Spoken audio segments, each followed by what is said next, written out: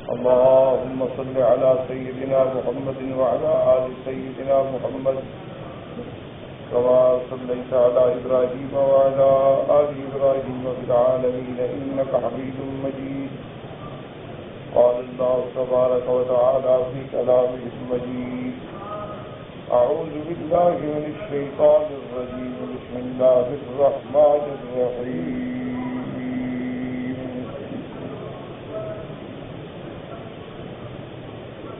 قال فمن ربكما يا موسى؟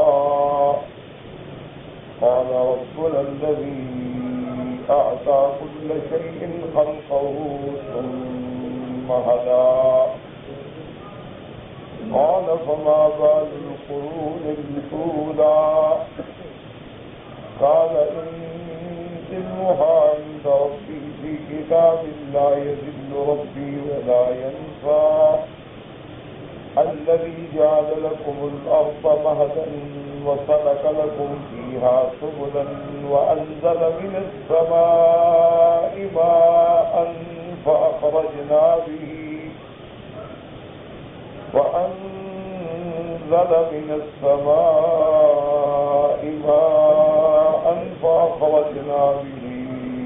أزواجا من نبات شتى.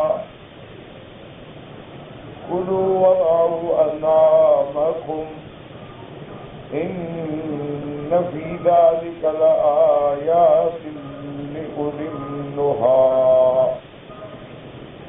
منها خلقناكم وفيها نعيدكم ومنها نخرجكم تارة أخرى.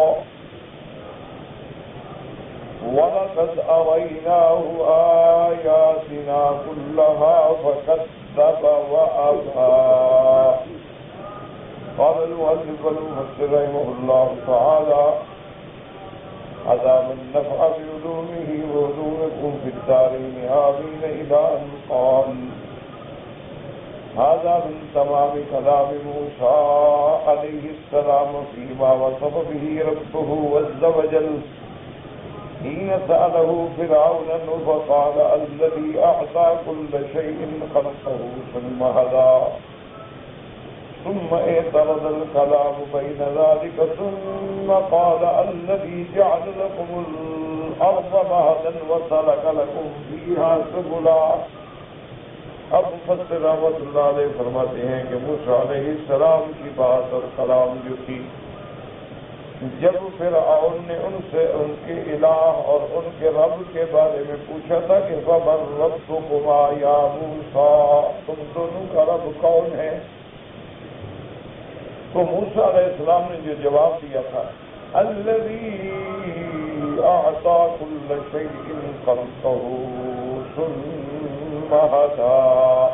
اس کے بعد پھر درمیان میں جملہ معترضہ ہے کہ درمیان میں پھر حضرت موسیٰ علیہ السلام نے اس نے پھر سوال کیا اور پھر جواب دیا، پھر موسیٰ علیہ السلام کا جواب شروع ہو رہا ہے: الذی جعل لکم الارض مہدا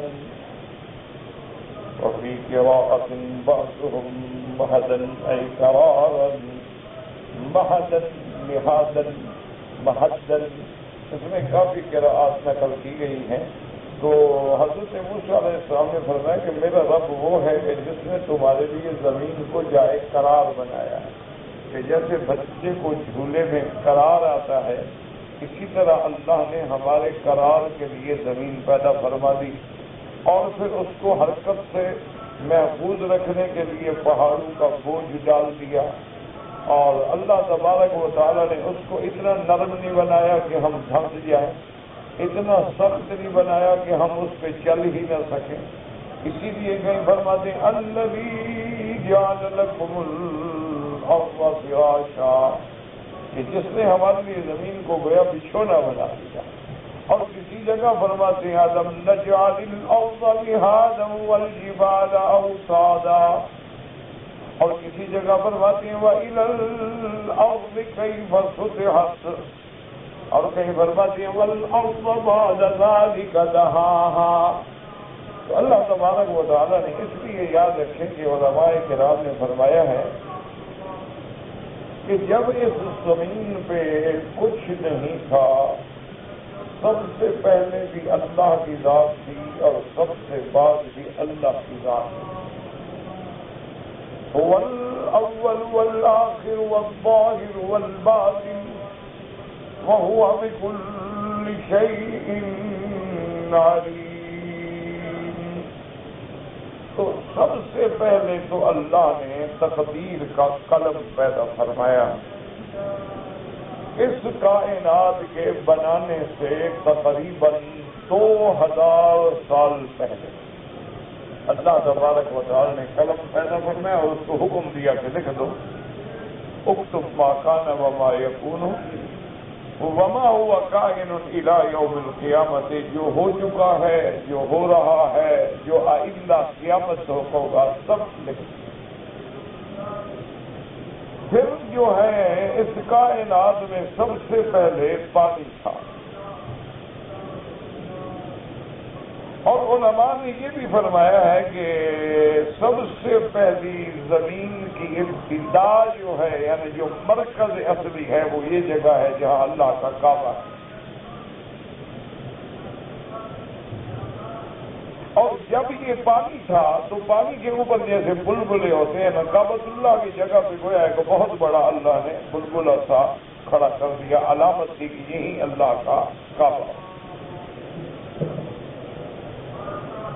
تو یہ جو ہے زمین کا مسئلہ ہے۔ تو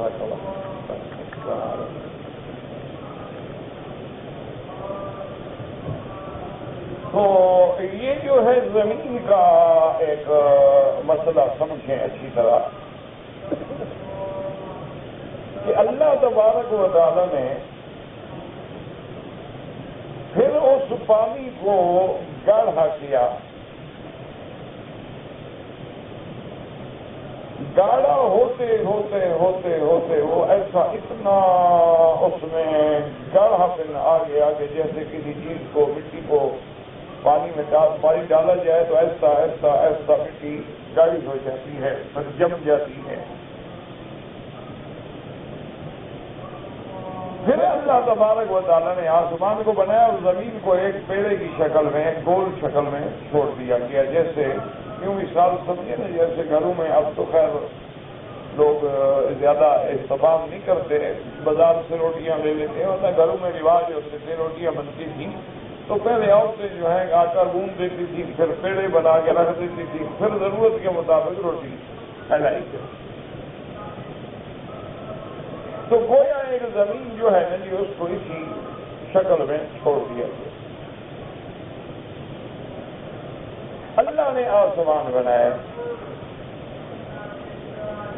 اسی لیے قرآن مقدس ایک جگہ کہتا ہے کہ وَالْأَرْضَ بَعْدَ ذَلِكَ دَحَاهَا، جب آسمان بن گئے تو زمین کو بعد میں پھیلایا گیا، یعنی پیدا تو اول کیا گیا، لیکن اس کو جو پھیلانا تھا وہ بعد میں پھیلایا۔ اور یہ ساری کائنات کے پیدا کرنے میں 6 دن کا وقفہ ہے، جیسے قرآن پاک نے خود بیان فرما دیا، وَالَّذِي خَلَقَ السَّمَاوَاتِ وَالْأَرْضَ وَمَا بَيْنَهُمَا فِي 6 أَيَّامٍ، کہ اللہ نے آسمانوں کو اور زمینوں کو اور جو کچھ ان کے اندر ہے، ان سب کو 6 دنوں میں پیدا فرمایا۔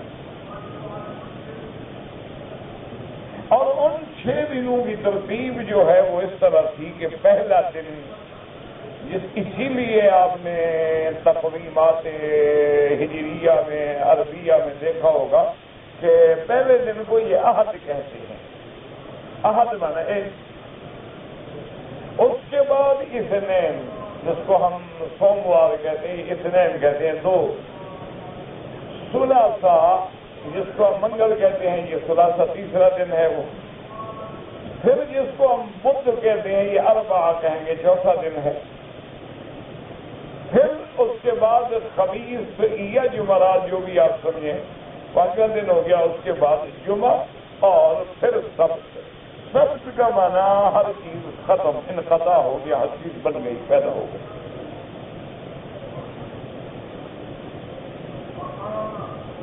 اور اس میں یہ بات بھی ذہنوں میں رکھ لیں کہ اللہ اگر چاہتے تو یہ ساری کائنات جو ہے وہ 1 منٹ میں پیدا فرما دیتے، کیونکہ وہاں تو حکم ہوتا ہے کن فیکون، ہو جا، ہو گیا بس۔ لیکن اللہ نے 6 دنوں میں پیدا فرمایا، اپنے بندوں کو تعلیم دی کہ ہر کام کرنے میں بڑے تحمل سے، آرام سے، حوصلے سے کام کریں، جلد بازی سے کام نہ لیں۔ العجلۃ من الشیطان، جلد بازی جو ہے شیطان کی طرف۔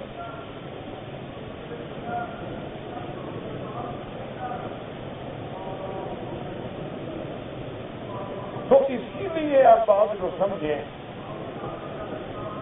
اور یہ بھی کتابوں میں موجود ہے کہ جمعہ کا دن آخر ہے نا تخلیق میں، تو جمعہ کا دن تھا، عصر اور مغرب کے درمیان اللہ نے آدم علیہ السلام میں روح پھونکی۔ تو آدم علیہ السلام کو گویا جمعہ کے دن پیدا کیا گیا، اور جمعہ کے دن آدم علیہ السلام کو جنت میں داخلے کا حکم ملا۔ اور اللہ کی شان دیکھیں کہ جمعہ کے دن ہی اتارا گیا، اور اسی طرح قیامت جو ہے وہ بھی جمعہ کے دن قائم ہوگی۔ اور اسی زمن میں اللہ کی ہر چیز میں حکمتیں ہیں کہ میرے محبوب کا جو حج مبارک ہے وہ بھی جمعہ کے دن تھا، حجۃ الوداع جو ہے جمعہ کے دن ہے، اور جمعہ کے دن ہی اللہ نے اپنا دین پسندیدہ اسلام قرار دیا، دین کامل کر دیا۔ اتممت علیکم نعمتی ورضیت لکم الاسلام دینا، نعمتیں پوری کر دی اور دین اسلام کی قیامت تک کے لیے۔ یہ سب جمعہ کے دن ہوا، چونکہ یہودیوں نے ایک دفعہ، یہود کے احبار نے یعنی یہود کے علماء نے امیر المؤمنین سیدنا عمر بن الخطاب رضی اللہ تعالی عنہ سے کہا، کہنے لگے کہ امیر المؤمنین آپ کے قرآن میں ایک ایسی آیت مبارک ہے کہ اللہ اگر ہمارے نبی پر اتارتے نا تو ہم تو عید مناتے، خوشیاں مناتے۔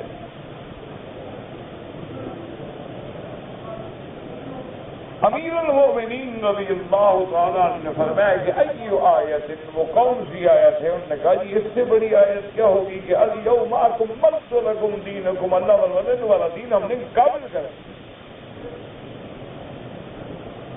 دین مکمل ہو، وَأَتْمَمْتُ عَلَيْكُمْ نِعْمَتِي، اور نعمتوں کا اتمام ہو گیا،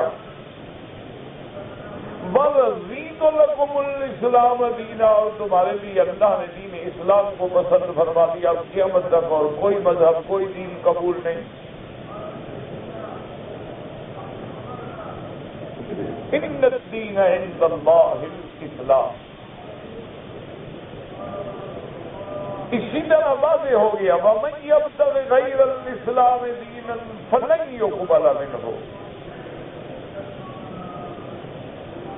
اور یہ بھی عالمی سازش ہے جو آج کل جس میں بڑے بڑے لوگوں کو گھیر رہے ہیں کہ بھئی سارے مذاہب ایک ہیں، تمام دین ایک ہیں، سب اللہ کو مانتے ہیں، سب آخرت کو مانتے ہیں، سب انبیاء کو مانتے ہیں، بس جھگڑا کس بات کا ہے؟ کبھی اس کو وحدت ادیان کے رنگ میں لایا جاتا ہے، کبھی اس کو اتحاد مذاہب کے رنگ میں لایا جاتا ہے، کبھی اس کو اتحاد بین المسلمین کے رنگ میں لایا جاتا ہے۔ ہمیں تو کوئی اعتراض نہیں، ہمارے تو اہلاً و سہلاً و مرحبا، ہمارے آنکھوں پر ہم سے چاہتے ہیں اور اتفاق کرو، لیکن اصولی بات یاد رکھو، اگر ایک آدمی کا توحید میں ایمان نہ ہو تو کیا مسلمان ہو سکتا ہے؟ رسالت پر، آخرت پر؟ بھائی یہ فروی مسئلے تو ہو سکتے ہیں نا، جہاں آپ نے زور سے آمین کہہ دیا، کسی نے ایسا کہہ دیا، کہا تو انہوں نے، کوئی مسئلہ نہیں، کوئی جھگڑا نہیں۔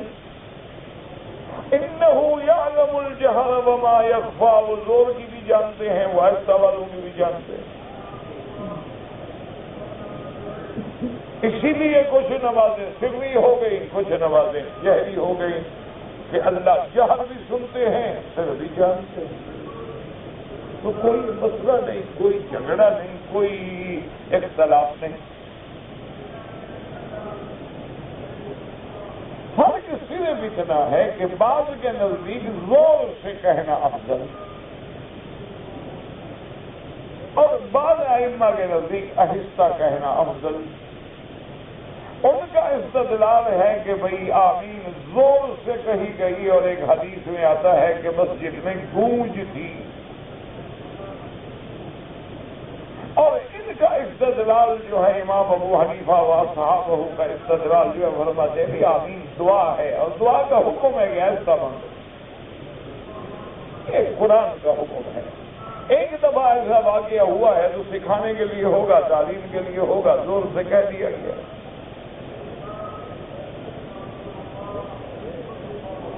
ورنہ دعا کا فلسفہ کا نفس قطعی میں یہ ہے کہ اذ نادى ربه نداء خفيا ادعوا ربكم تضرعا وخفيا، دعا کا فلسفہ یہ ہے کہ ایسا مانی جائے، اور آمین دعا ہے، اس میں کوئی جھگڑا نہیں۔ اچھا، ایک صحیح حدیث میں آتا ہے کہ جن لوگوں کی آمین ملائکہ کی آمین سے موافقت کر گئی، اللہ ان کے گناہ معاف فرما دے۔ آپ نے کبھی فرشتوں کی آمین سنی ہے؟ معلوم ہوا وہ بھی ایسا کہتے ہیں۔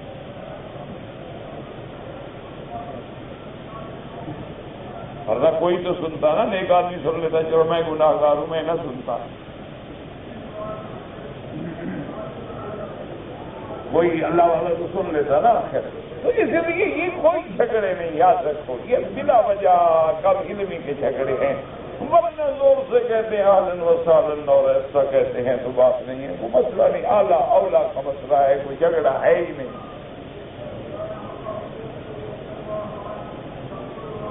یہ تو بلا وجہ لوگ سر پھٹا ہوا لڑائیاں اور جھگڑے اور فساد کرتے ہیں، کوئی فساد کی ضرورت ہی نہیں۔ تو لیکن جو اصول ہیں ان میں تو کسی کی لچک نہیں ہے۔ بھئی ہم تو اب بھی موسیٰ علیہ السلام پر ایمان رکھتے ہیں نا، موسیٰ علیہ السلام رسول ہیں، نبی ہیں، دیکھا نہیں ہم کتنے دن سے موسیٰ علیہ السلام کا قصہ پڑھ رہے ہیں، ہمارے قرآن نے کیسی شان بیان۔ ہم تو عیسیٰ علیہ السلام کو بھی اولو العزم من الرسل مانتے ہیں، رسول اللہ مانتے ہیں، کلمۃ اللہ مانتے ہیں، روح اللہ مانتے ہیں۔ اتحاد کرتے ہو، آؤ تم بھی محمد مصطفیٰ کو رسول اللہ مان لو، جھگڑا ختم۔ اگر تم نے، ہم تو پہلے مانتے ہیں، ہمارے لیے تو مشکل ہے نہیں، ہم تو موسیٰ علیہ السلام کو ماننے والے، عیسیٰ علیہ السلام کو ماننے والے، ہمارے لیے تو مشکل ہے ہی نہیں مسئلہ۔ مشکل تو تمہارے لیے ہے کہ تم آؤ اعلان کرو کہ ہم بھی محمد رسول اللہ کو مانتے ہیں۔ اور اگر تم ساری دنیا کے تارے توڑ کے ہمارے ہاتھ پہ رکھ دو اور محمد مصطفیٰ کو نہ مان دو تو ہم نہیں مانیں۔ تم سے تو وہ ایک شاعر کلندر بھی اچھا تھا نا، وہ بھی کہہ گیا نا کہ محمد سے وفاسو نے تو ہم تیرے۔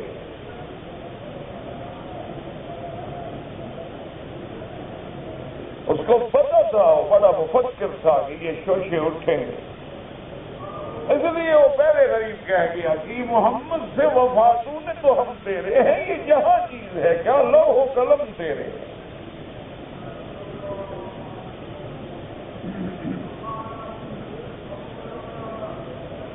تو ہم تو بالکل قائل ہیں، آئے آپ بالکل اہلاً و سہلاً، آپ محمد مصطفیٰ کو رسول اللہ مان لیں، جھگڑے ختم ہو گئے۔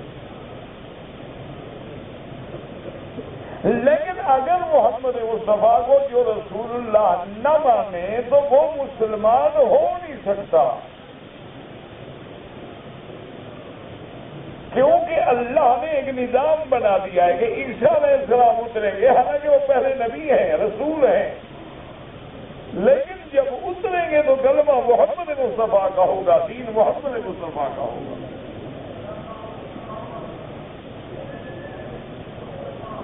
عیسیٰ علیہ السلام ایک تابع ہوں گے، نافذ کرنے والے ہوں گے، وہ اپنا دین لے کے نہیں آئیں گے، اپنی کتاب انجیل آگے نہیں پڑھائیں گے،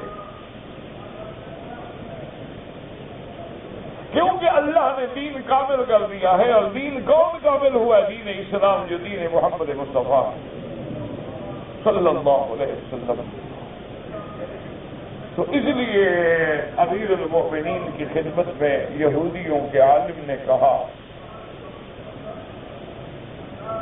کہ حضرت وہ یہ آیت مبارک ہے، تو حضرت عمر مسکرائے، فرمایا تمہیں پتا ہے کہ یہ آیت متى نزلت و این نزلت؟ نے کہا اللہ کے بندے تمہیں پتا ہے یہ آیت کب نازل ہوئی؟ اس نے کہا نہیں۔ اس نے کہا یہ آیت عرفات میں نازل ہوئی ہے، جمعہ کا دن ہے اور حج کا دن ہے، ہماری تو دو عیدیں ہیں، جمعہ بھی عید ہے مومنوں کے لیے اور عرفات بھی عید ہے ایمان والوں کے لیے، تم تو ایک عید مناتے، اللہ نے ہمیں تو دو عیدیں منوا کی آیت دی ہے۔ تو اس لیے ہمیشہ یاد رکھیں یہ سب جمعہ کے دن ہوا، اور اس طرح یہ بھی دیکھ لیں اللہ کی شان ہے کہ میرے آقا نے فرمایا کہ ہم آئے تو سب سے بعد میں ہیں، لیکن اللہ نے دن ہمیں پہلا دیا ہے۔ کیا مانا؟ یہود ہفتہ مناتے ہیں، ان کے نزدیک چھٹی کا دن جو ہے ہفتہ ہے، وہ کہتے ہیں 5 دن میں اللہ نے مخلوق پیدا کی نا، اب 6 دن آرام کیا، نعوذ باللہ، یعنی اللہ تھک گیا تھا، جو تھک جائے وہ بھی خدا ہوتا ہے۔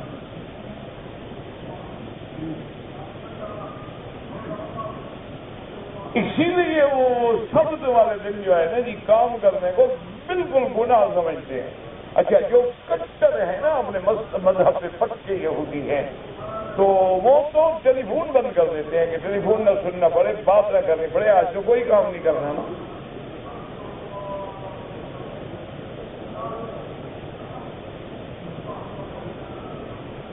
لیکن مجھے بحیثیت ایک طالب العلم کے بڑی حیرت ہوتی ہے کہ یہودی اپنے مذہب سے پکا ہو، نصرانی اپنے مذہب سے پکا ہو، ہندو اپنے جھوٹے مذہب سے پکا ہو، سکھ اپنے مذہب سے پکا ہو، پتہ نہیں مسلمانوں کو کیا ہو گیا کہ صبح کچھ ہے، شام کو کچھ ہے، رات کو کچھ ہے۔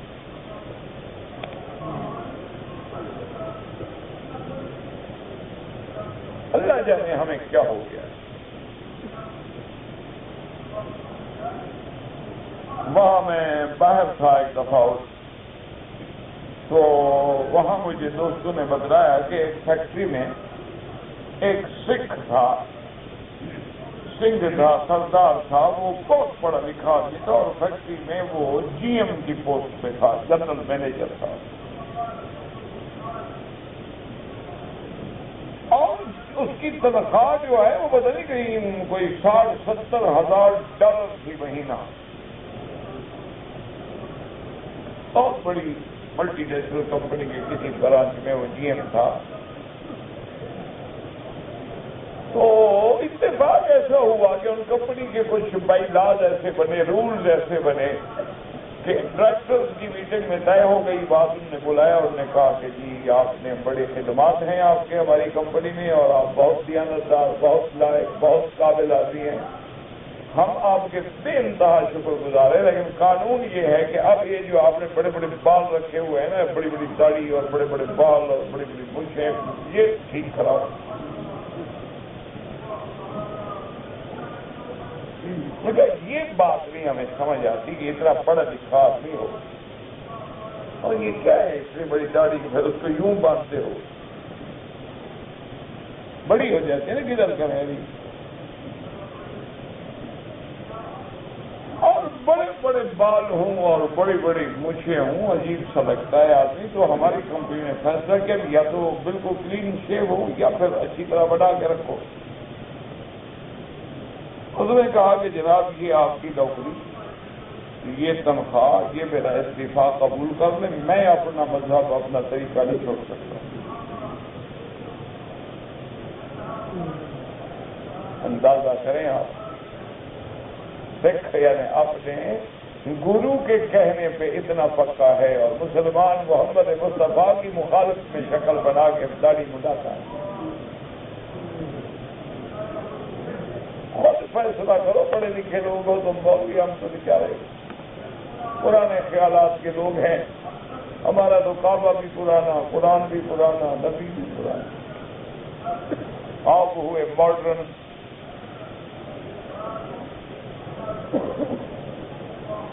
انا للہ و انا الیہ راجعون. کتنا دکھ ہوتا ہے کہ ہندو ہو وہ اگر کوئی بڑے سے بڑا فنکشن ہو دھوتی میں آئے گا، بات ہندی میں کرے گا. مسلمان سوٹ پہن کے انگریزی میں بات کرے گا، پتہ لگے کہ بالکل یہ دریائے تیمز کی دھلی ہوئی زبان بول رہا ہے.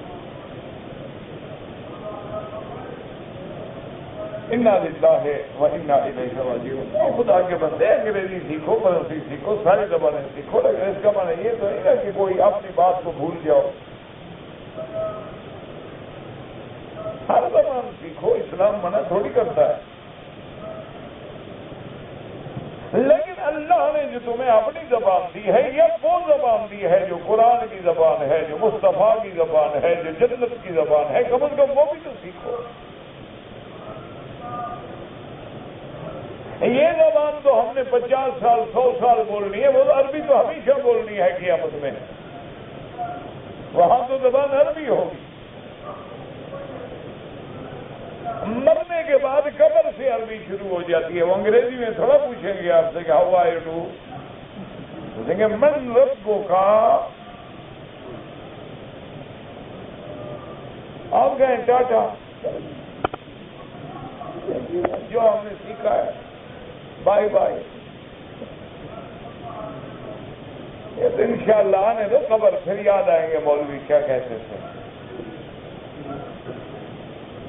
آنے دو کیا کیا یاد آئے گا جب کہو گے نا لو کننا نسمع او نعقل، ہائے ہم بات سن لیتے مان لیتے. اچھا ان کی نہ مانتے خود سمجھ لیتے. اللہ فرمائے کہ اب اقرار کر رہے ہو، اب کوئی فائدہ نہیں. سو کر لے اصحاب سے جاؤ جاتے.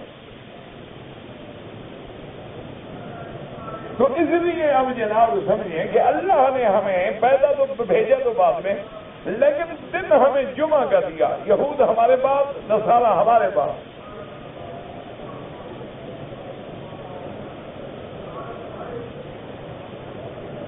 اسی لیے اللہ نے بھیجا ہمیں سب سے آخر میں، لیکن سب سے اول جنت میں امت محمد مصطفیٰ صلی اللہ علیہ وسلم.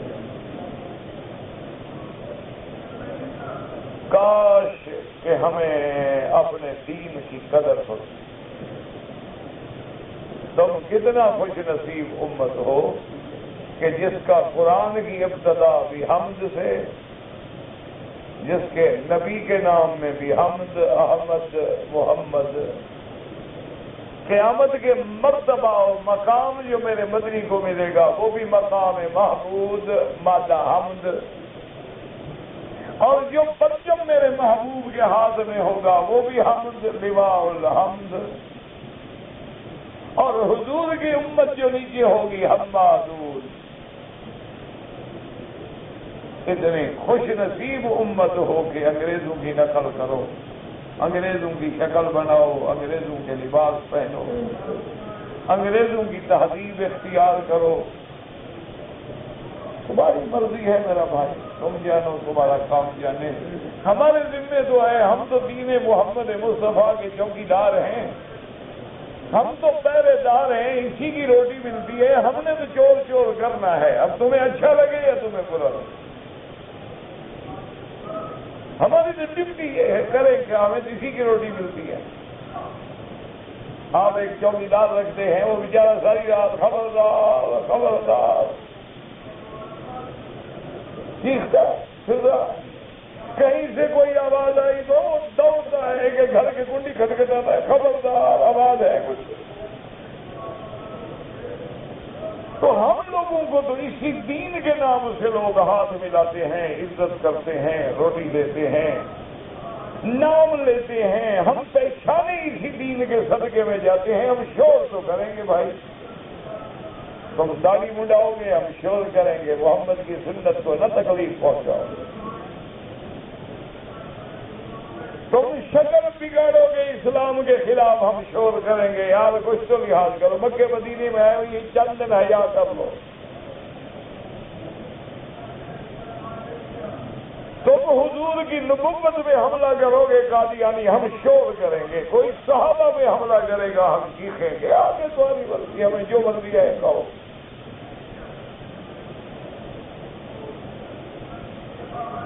تو اس لیے یاد رکھو کہ اللہ تبارک و تعالیٰ نے اپنی قدرت سے 6 دنوں میں اس پوری کائنات کو پیدا فرما دیا۔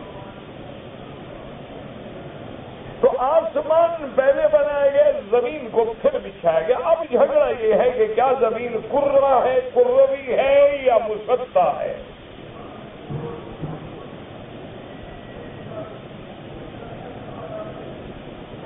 موجودہ دور کا جو علم ہے، علم حیت جسے آپ کہتے ہیں، وہ کہتے ہیں کہ زمین جو ہے کروی ہے، گول ہے۔ کروی کا معنی سمجھ لو گول ہے، کہ نہیں، زمین جو ہے مسطح۔ اور بعض علماء نے 2 باتیں اور بھی فرمائی ہیں۔ بعض کہتے ہیں کہ بھئی چاہے کرہ بھی ہو مثلا، لیکن اگر اتنا بڑا کرہ ہو تو ایک سطح اس کی مسطح نظر آئے گی۔ اب دیکھیں نا، اب چھوٹی سی ایک گیند ہو، گیند پر تو آپ نہیں بیٹھ سکتے ہیں، لیکن اگر ایک وہ دیکھیں جس پہ بجلی کی کیبل لپیٹتے ہیں، وہ کیسے گول ہوتا ہے، اس پر تو 4 آدمی سو جائے رات کو، ہے تو وہ بھی گول، لیکن وہ قطر اتنا بڑا ہوتا ہے کہ ایک پوری سطح بن جاتی ہے۔ تو بعض علماء کہتے ہیں کہ جو سطح کہتے ہیں وہ بھی ٹھیک ہے، جو پورا کہتے ہیں، گول کہتے ہیں، وہ بھی ٹھیک ہے۔ اور بعض علماء نے اس کا یہ جواب دیا، انہوں نے فرمایا کہ نہیں، اصل تو بات ٹھیک ہے کہ زمین جو ہے وہ گول ہے، لیکن اللہ نے اس کی طبیعت سے، یعنی اس کے ہونے تو گول تھا، گول تھی، لیکن مسطح کر دیا ہمارے لیے۔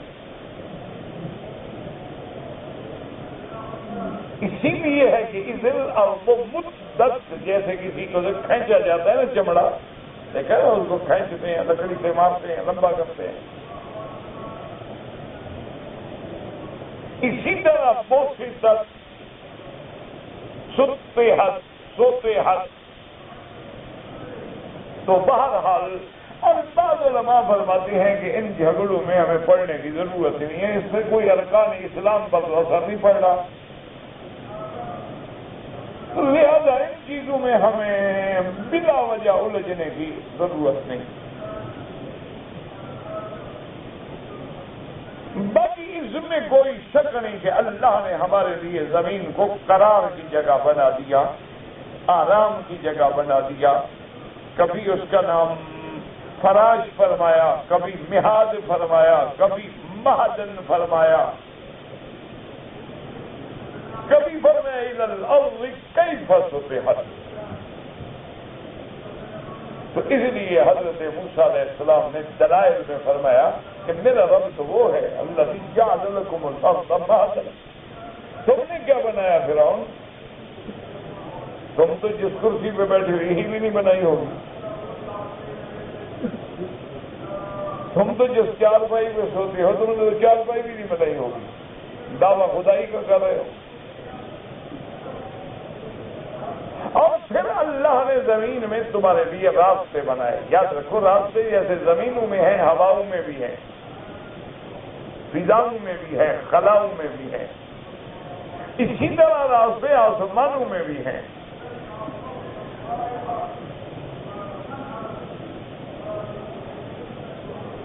اسی لیے آپ دیکھیں اللہ نے قرآن میں فرمایا کہ ہم نے شہد کی مکھی کو سمجھا دیا ہے کہ تم نے پہاڑوں پہ گھر بناؤ، درختوں پہ گھر بناؤ.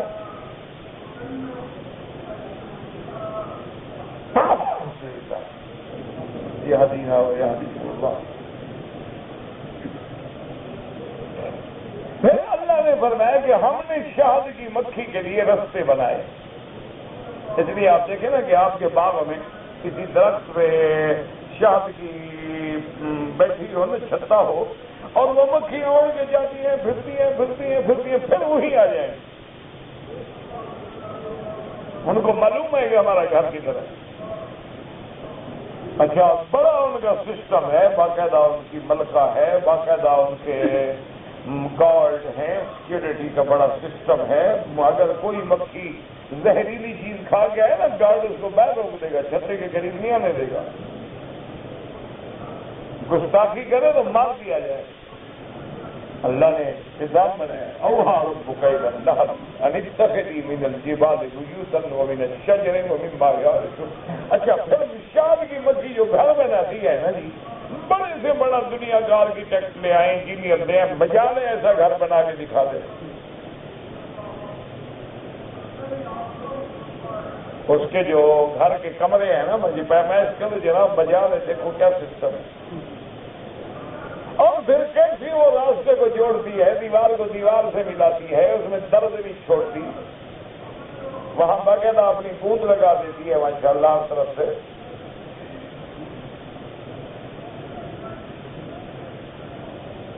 اس کو کس پیر نے پڑھایا ہے میرا؟ اس کے پیر کا پتہ ہے کس کی بیعت ہے؟ اوہا ربک الی النحل، اسی نے پڑھایا ہے، جس نے قرآن میں بتلا بھی دیا ہے، کوئی وہم میں پڑھنے کی ضرورت ہی نہیں. اور اس کے بعد اللہ تبارک و تعالیٰ نے آسمانوں میں عرش کے نیچے بھی دریا ہے، زمینوں میں دریا الگ ہیں اور آسمانوں میں دریا الگ ہیں، نہریں الگ ہیں. زمینوں کی نہروں کا اور جنت کی نہروں کا ایک فرق ہے. زمین میں جو نہریں ہیں یہ کھودتے ہیں ہم تو ان دیواروں کے اندر پانی چلتا ہے، لیکن جو جنت میں نہریں ہوں گی ایسے زمین پہ چل رہی ہوں گی، ادھر ادھر روکنے کی ضرورت نہیں، جتنا حکم ہے وہی چلے گی، بجائے قطرہ ادھر ہو جائے. من غیر حدود، بغیر کسی کھدائی. اور دنیا کی نہروں میں پانی اوپر سے نیچے آتا ہے، لیکن جنت میں جو نہریں ہوں گی وہ اللہ مومن کے تابع کر دیں گے. چاہو تو ادھر چلاؤ، چاہو تو یوں چلو، ادھر اشارہ کرو چل پڑے. سب ریموٹ کنٹرول مومن کے ہاتھ میں ہے.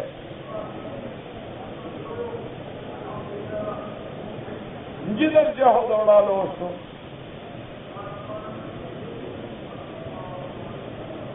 اسی لیے اللہ نے فرمایا کہ موسیٰ علیہ السلام نے جب انزل من السماء ماء،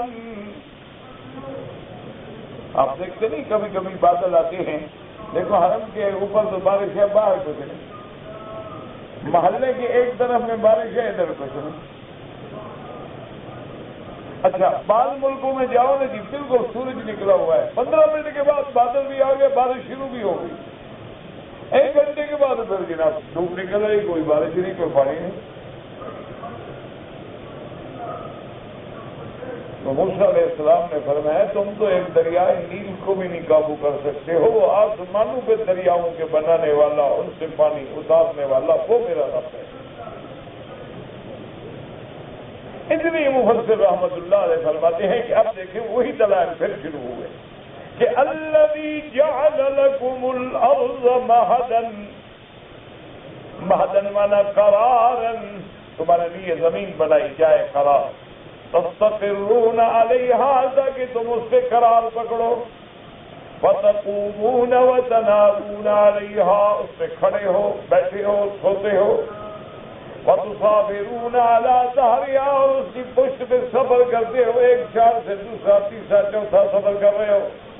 وَسَلَكَ لَكُمْ فِيهَا سُبُلًا يَجْعَلْ لَكُمْ طُرُقًا تَمْشُونَ فِي مَنَاكِبِهَا، اللہ نے اس کے اندر تمہارے لیے راستے بنا دیے ہیں، ان پہ تم چلتی ہو.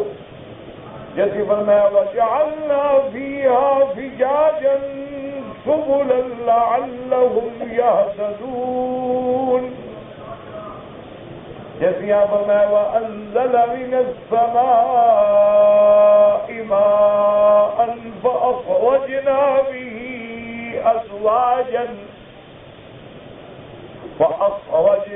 بِهِ أَزْوَاجًا مِّن نَّبَاتٍ شَتَّىٰ، اے من انواع النبات، پھر اس سے اللہ نے کیسی کیسی سبزیاں اگائی. من ضرور، کہیں دانے ہیں کہیں پھل ہیں. ومن حامض وحلو ومر، کہیں پھل میٹھا ہے کہیں کڑوا ہے. وسائر الانواع، مختلف چیزیں ہیں، مختلف سبزیاں، مختلف کھیتیاں. کلوا وارعوا انعامکم، یہ ساری چیزیں کیوں پیدا کی؟ شیء لطعامکم وفاکہتکم، بعض چیزیں تمہارے کھانے کے کام آتی ہیں، بعض چیزیں تمہارے تلذذ کے لیے، جیسے کھانا کھا کے پھل کھاتے ہو لذت کے لیے. وشیء لانعامکم لاکوافها خضرا ویابسا، اور بعض چیزیں تمہارے جانوروں کے لیے ہیں، بعض جانور سبز چارہ کھاتی ہیں، بعض چارہ خشک ہونے کے بعد بھی کھاتی ہیں. ان فی ذلک لآیات لأولی النہی، آیات بنت دلالات حججا وبراہین، یہ حجتیں ہیں، دلائل ہیں. لأولی النہی معنی لذوی العقول السلیمۃ المستقیمۃ علی انہ لا الہ الا اللہ ولا رب سواہ. لیکن ان میں نشانیاں ہیں ان عقل والوں کے لیے جن کے عقل بگڑے نہیں. ان کے لیے نشانی کس بات پہ ہے کہ جب غور کریں گے کہ لا الہ الا اللہ، کوئی معبود برحق نہیں مگر اللہ، ولا رب سوا، اس کے سوا کوئی پالنے والا نہیں. منہا خلقناکم وفیہا نعیدکم ومنہا نخرجکم تارۃ اخری، اے من الارض مبدأکم، اللہ نے تمہاری ابتدا بھی مٹی سے کی. فإن اباکم آدم مخلوق من تراب، تمہارا ابا آدم اللہ نے مٹی سے پیدا کیا. وفیہا نعیدکم، اسی مٹی میں لوٹائیں گے. وَإِلَيْهَا تُسِيرُونَ، اذا متم، جب مرو گے تو مٹی میں آؤ گے. وَبُلِيتُم، جب تم بالکل بوسیدہ ہو جاؤ گے. وَمِنْهَا نُخْرِجُكُمْ تَارَةً أُخْرَىٰ، ایک دفعہ پھر اللہ تمہیں اسی مٹی سے اٹھائیں گے. يَوْمَ يَدْعُوكُمْ فَتَسْتَجِيبُونَ بِحَمْدِهِ وَتَظُنُّونَ إِن لَّبِثْتُمْ إِلَّا قَلِيلًا.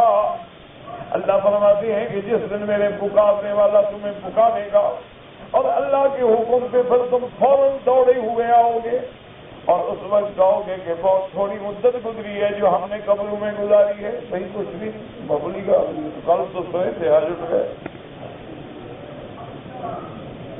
اسی طرح فرماتے قال فیہا تحیون وفیہا تموتون ومنہا تخرجون، اللہ نے فرمایا اسی مٹی میں زندہ رہو گے، اسی میں مرو گے، اسی سے پھر نکالے جاؤ گے.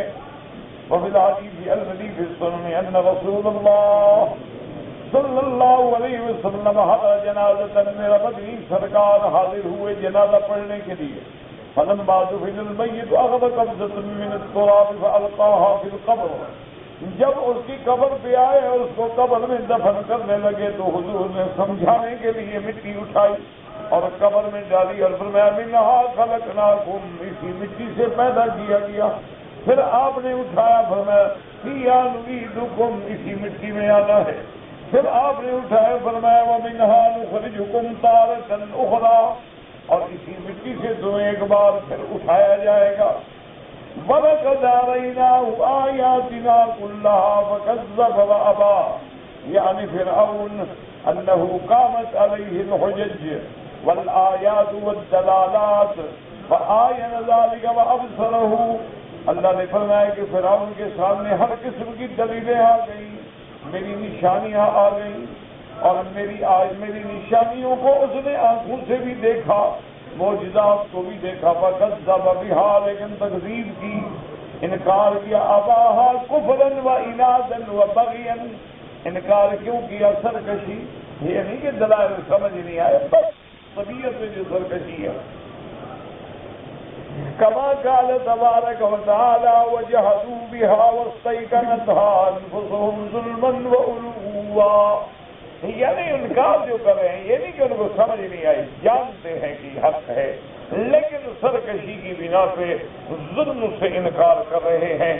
اور میرے اللہ کا نظام عدل ہے، اللہ فرعون کو بھی عذاب نہیں دیتے جب تک دلیل حجت پوری نہ کر لیں. اس لیے اللہ نے موسیٰ علیہ السلام کو بھیجا، اور اللہ کا فیصلہ ہے وما كنا معذبین حتی نبعث رسولا. ہم کسی قوم پہ عذاب نہیں بھیجتے جب تک اپنا پیغمبر نہ بھیجیں.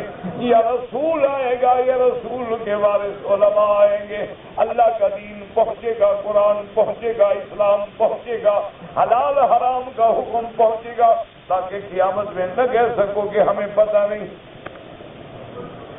واللہ اعلم.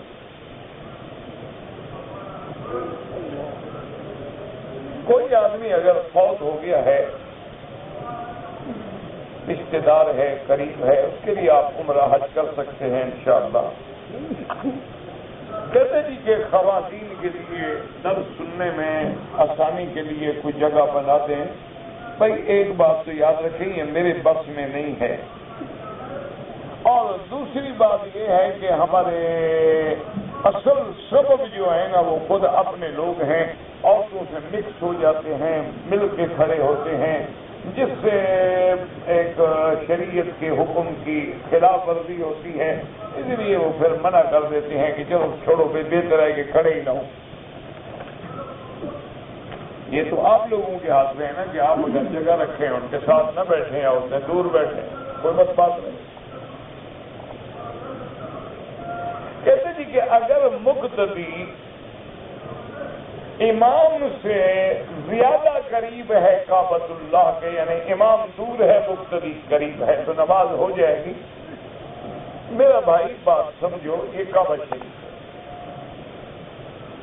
امام اس جانب کھڑا ہے، اگر ادھر مقتدی قریب ہے، ادھر قریب ہے، ادھر قریب ہے تو کوئی حرج نہیں. لیکن جس جانب امام کھڑا ہے اگر اس طرف امام سے آگے آئے گا تو نماز باطل ہو جائے. باقی تین طرف میں وہ چاہے آگے ہو کوئی بات نہیں، کیونکہ امام ہو تو اس طرف ہے، وہ طرف ہی الگ.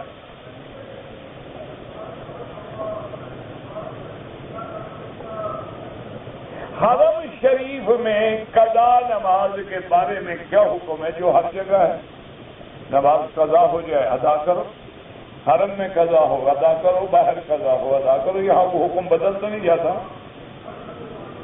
آج کی رات کے بارے میں دین میں کیا حکم ہے؟ کوئی حکم نہیں، بس علماء نے لکھا ہے کہ بابرکت رات ہے، ورنہ نص قرآن میں یا احادیث مبارک میں کوئی حکم ہمیں نہیں ملا. اللہ اعلم. احرام کے کپڑے سلائی کر کے پہن سکتے ہیں؟ نہیں جناب، نہیں پہن سکتے. احرام کا کپڑا بغیر سلا ہوا، دو چادریں ہوں اور بغیر سلی.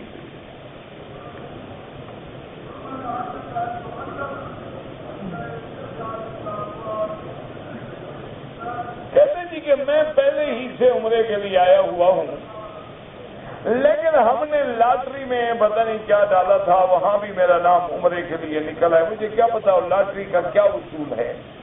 عام طور میں لاٹری جوا ہے، تو اگر یہ بھی اسی قسم کی کوئی چیز ہے تو ایسے پیسے پہ عمرہ نہ کرو تو بہتر ہے. اللہ نے تمہیں کرا دیا ہے، خدا کا شکر کرو.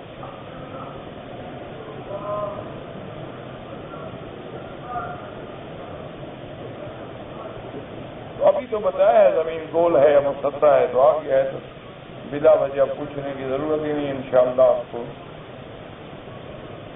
اگر زندہ آدمی نے وصیت کی، معذور ہے نہیں آ سکتا، تمہیں وصیت کی میرے لیے بھائی عمرہ کر دینا، تو وہ جائے، ورنہ آپ اپنے لیے عمرہ کریں اور ان کے لیے دعا کریں، اللہ ان کو بھی ثواب دے۔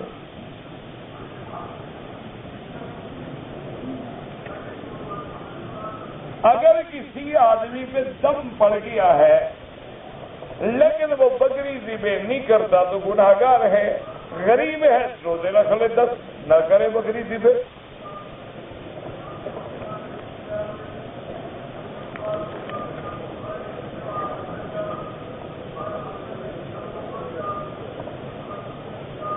کہتے جی کہ یہاں ترجمے والے قرآن میرا بھائی میرے توسط سے کہنے کی ضرورت نہیں ہے، رابطہ عالم اسلامی کو درخواست دیتے ہیں، یا اسی حرم میں باقاعدہ قرآن شریف کے لیے دفتر ہے، وہاں جا کے آپ بات کریں گے مداروں سے تو آپ کو قرآن مل جائے گا انشاءاللہ۔ کہتے تھے کہ یہاں کفیل اپنے مقبولوں سے پیسے لیتے ہیں تو مقبول نہ آئے نا، کیوں آتے ہیں ادھر؟ نہ آؤ گے نہ لیں گے۔ تو اگر آپ آتے ہیں تو قبول فرما کے آتے ہیں تو پھر اعتراض کیوں کرتے ہیں؟ ایک اصول رکھو نا، اب تمہیں وہ ٹیکس لگتا ہے، وہ نوکر ہے تمہارا، ویزا نکالے، ذمہ داریاں اٹھائے، اس کو جو زکوٰۃ دینی پڑے وہ ادا کرے، اس پر کوئی ذمہ داری پڑ جائے وہ بھگتے، تمہارا جانے آنے کے انتظام کرے، تمہاری تجدید کا انتظام کرے، وہ ملازم ہے تمہارا، کوئی وجہ بتاؤ نا۔ اور پھر جو تم ان کے ساتھ مہربانی کرتے ہو وہ بھی سب کو پتا ہے ماشاءاللہ، ویزا کسی کا ہے، کام کسی کے پاس ہے۔ جو لوگ اپنے کفیل کے ساتھ ٹھیک چل رہے ہیں، کفیل ان کو اتنا پیار کرتے ہیں جتنا اپنی اولاد سے بھی نہیں کرتے۔ ہم نے ان کو مالک بنایا ہوا، چابیاں دی ہوئی، کروڑوں کے کاروبار ہیں چابی اس کے پاس، اس کو پتہ ہی نہیں کہ کیا ہو رہا۔ اور جس نے صرف باتیں کرنی ہیں، اعتراض کرنے ہیں، بہانے ڈھونڈنے ہیں، جگہ ٹیکس تلاش کرنے ہیں، وہ اسی طرح ذلیل ہوتے رہتے ہیں۔ کام کرے تو جان جھوٹے، کام تو کرنا نہیں، اعتراض ہی کرنا ہے صرف۔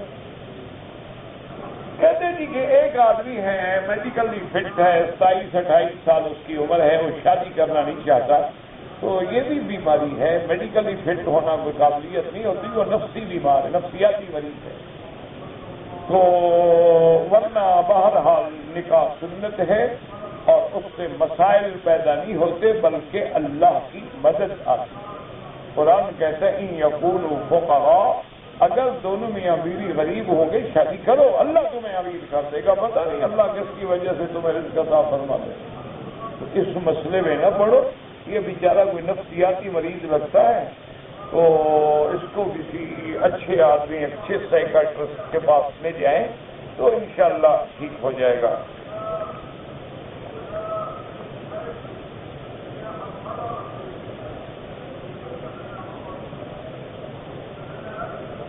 کہتے جی کہ ہم نے 1985 میں حج کیا تھا تمتع، ویسے ماشاءاللہ مسئلہ آپ پوچھنے جلدی آ گئے ہیں۔ 1985 کا مسئلہ 2004 میں حضرت پوچھ رہے ہیں، یار اتنی جلدی کی کیا ضرورت تھی، 10-15 سال اور انتظار کرتے۔ بہرحال میں نے اپنی بیوی کے ساتھ حج کیا، میں نے حج تمتع کیا، ہم نے قربانی بھی دی، لیکن شکرانے کی نیت نہیں کی تھی، تو مینا میں کیوں ذبح کی؟ پھر اپنے ملک ذبح کرتے۔ جب مینا میں ذبح کی تو صاف ظاہر ہے کہ تیری نیت حج کی ذبح کرنے کی بکری کی ہے، کوئی حج نہیں، زبان سے کہنا تو کوئی ضروری نہیں، ٹھیک ہو گیا، کوئی غم شم نہ کرو۔ کہتے جی رات کے وقت کوئی جانور ذبح کیا جا سکتا ہے، بندہ مر جائے رات کو کیا کریں؟ اگر انسان مر سکتا ہے تو جانور کے مرنے میں کیا تکلیف ہے؟ مسئلہ ہے بس، کیا فالک بیٹھا ہوا ہے نا، رات کو جانور ذبح نہ کرو، مر بھی رہا ہو تو مر جائے، دن ہونے تو پھر دیکھیں گے۔ اللہ کے بندے، رات ہے، دن ہے، ذبح ہے، کوئی بات نہیں۔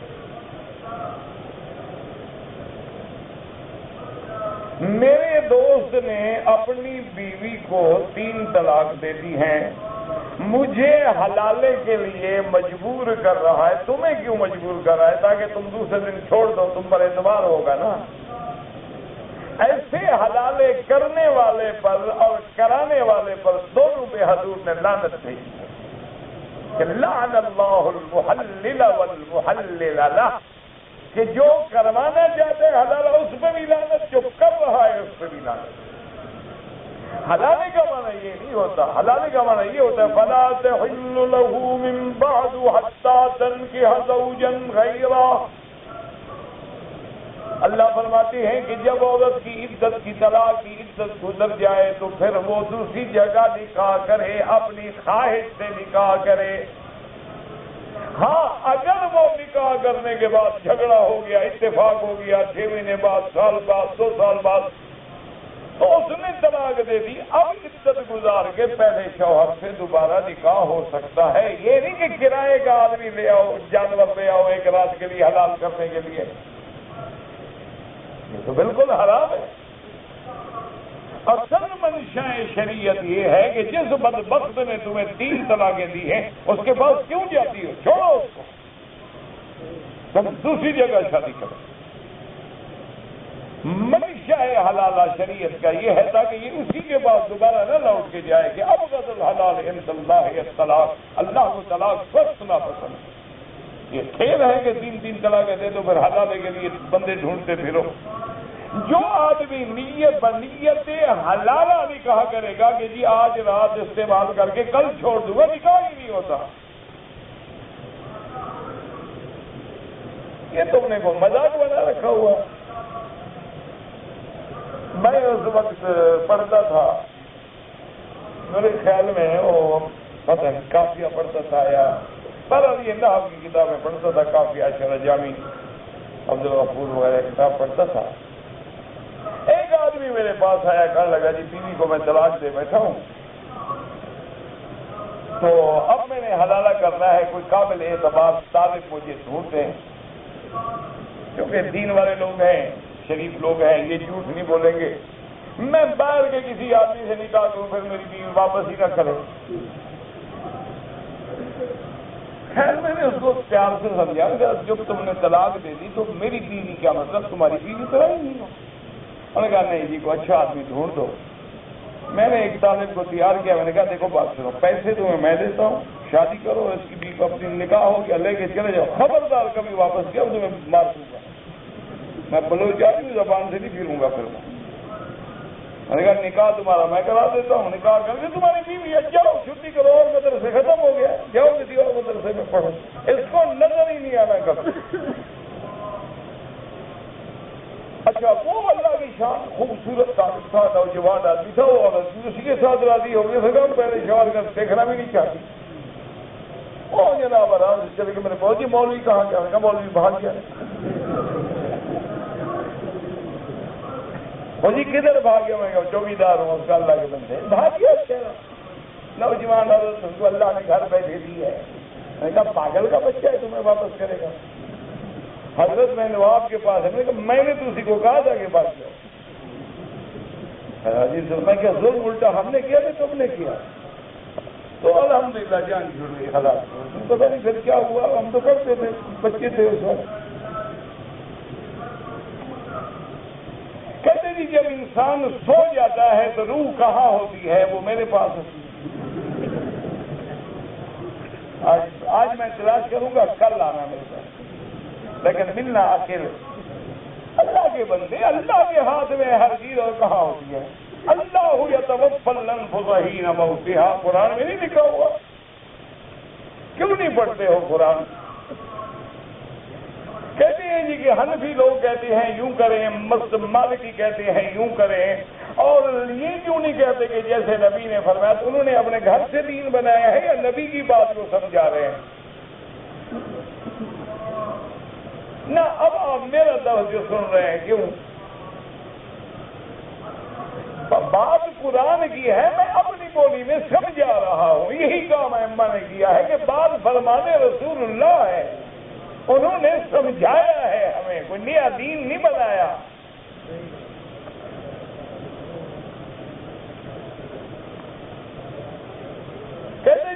آسمان سے ستارہ جو گرتا ہوا نظر آئے اچھا ہوتا ہے، مجھے کیا پتا، میں کوئی ستاروں کا علم رکھتا ہوں، گر جائیں سارے گر جائیں، قیامت سے سارے گر جائیں گے، تو سبا الفطر تو ادھر کوا کے منتظر ہے۔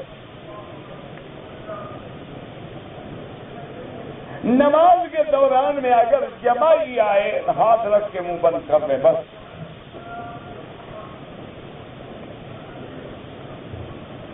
امام جب سلام پھیرتا ہے جب تک وہ اچھی طرح سلام نہ پھیر لیں، اس میں دو باتیں ہیں۔ بعض فقہا کہتے ہیں کہ جب امام کہتے ہیں السلام علیکم ورحمۃ اللہ تو اب مقتدی نہیں پھیر سکتا ہے۔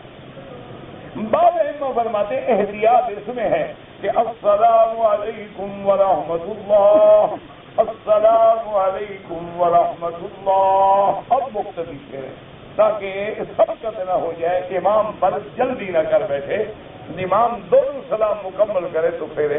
اور بعض علماء فرماتے کہتے کہ ایک سلام سے نماز تمام ہو جاتی، اسی لیے تو جنازے میں ایک سلام ہوتا ہے، تو ایک سلام سے نماز جب تمام ہو گئی، جب ایک پھیر ہوئے تو پھیرے۔ لیکن یہ کوئی بھی نہیں کہتا کہ ابھی امام گردن نہ پھیرے اور تم حجر اسود پہ بھی پہنچ جاؤ، فرض نماز برباد، موقع برحق۔ عجیب قوم ہے، ساری رات جاگتے رہے، فجر کی نماز باہر سوئے ہوئے تھے، نماز نہیں پڑھی۔ ایسے 15 شعبان کی رات جاگنے کا کیا فائدہ، دھیمے کا فائدہ بھی نہیں، گناہ اور ہے۔ اس سے وہ لوگ کروڑ درجہ اچھے رہے جنہوں نے عشاء کی نماز بھی جماعت سے پڑھی اور فجر کی نماز بھی جماعت سے پڑھی۔ منتظم کے علاوہ اور کسی جگہ سینے لگانے کا حکم نہیں ہے۔ منتظم جو ہے حجر اسود سے لے کر باب کعبہ یعنی کعبے کے دروازے کی جو پہلی پہلی لکڑی ہے وہاں تک جو جگہ ہے یہ منتظم۔ ہندو لڑکی سے نکاح ہو سکتا ہے نہیں ہو سکتا؟ وَلَا تَنكِحُوا الْمُشْرِكِينَ، کافروں سے نکاح نہیں ہوتا۔ وَلَا أَمَةٌ مُؤْمِنَةٌ خَيْرٌ مِّن مُشْرِكَةٍ، اللہ نے فرمایا مسلمان لڑکی سے شادی کرو، وہ کافرہ سے بہتر ہے۔ ہاں اگر کوئی ہندو لڑکی مسلمان ہو جائے تو پھر نکاح ہو سکتا ہے، لیکن وہ مسلمان کی شادی کے لیے نہ ہو، نیت سے مسلمان ہے۔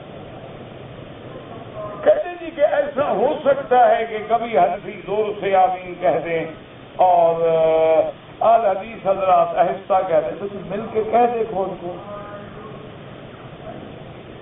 مقصد ہے کہ جا کے کوشش کرو ملانے کی، کہہ کے دیکھو، یا دونوں کی مسجد میں جا کے تجربہ کر لو۔